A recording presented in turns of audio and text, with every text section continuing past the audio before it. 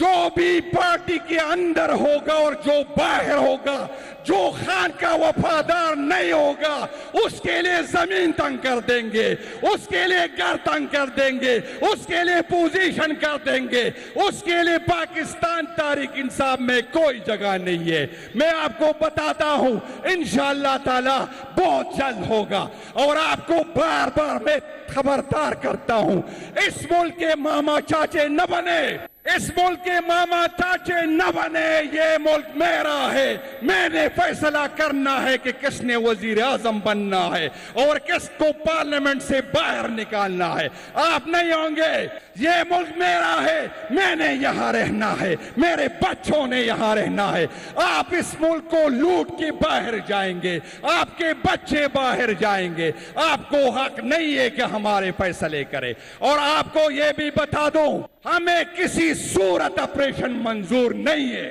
کسی صورت آپریشن منظور نہیں ہے۔ اگر آپ چاہتے ہیں کہ آپریشن ہو تو پہلے اس جرنیل کو انصاف کے کٹہرے میں لاؤ، اس کور کمانڈر کو لاؤ جس نے یہاں سے ہیلی کاپٹر بھر کے افغانستان بھیجے تھے۔ ان لوگوں کو انصاف کے کٹہرے میں لاؤ جنہوں نے طالبان سے ڈائلاگ کی۔ یہ نہیں ہوگا، یہ نہیں ہوگا۔